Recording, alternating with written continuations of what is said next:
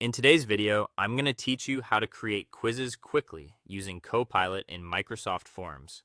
To get started, open your web browser and go to the Microsoft Forms website.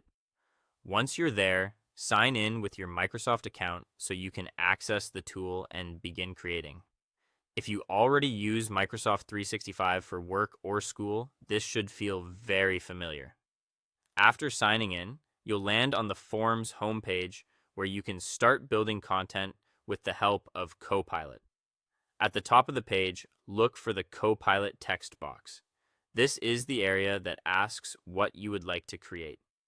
Think of this as the place where you give Copilot clear instructions so it can build a strong first draft for you. The better your prompt is, the more useful the quiz draft will usually be. In that text box, type a clear description of the quiz you want to make. Be specific about the topic, the grade level, and the number of questions you need. For example, instead of entering something short and vague, describe exactly what kind of quiz you want so Copilot can generate questions that are more relevant and appropriate for your audience. This helps save time later when you review and edit the content. Once your description is ready, click the Generate button. Then give Copilot a few moments to build the draft of your quiz. Depending on your connection and the complexity of your request, this may take a short moment. During this step, Copilot creates the questions and suggested answers based on the information you provided. When the draft appears, take time to review the questions and answers carefully. Read through everything on the screen and make any edits or changes directly there. This is an important step because it allows you to improve wording, fix anything that feels unclear, and make sure the quiz matches your goals.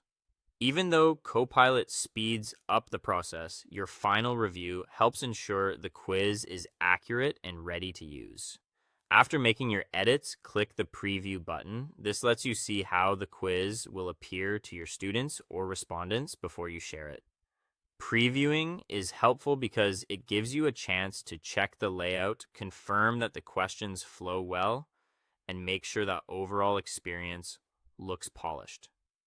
When you're happy with the final version, click the Collect Responses button to share the finished quiz with others. That's how you make it available for people to complete.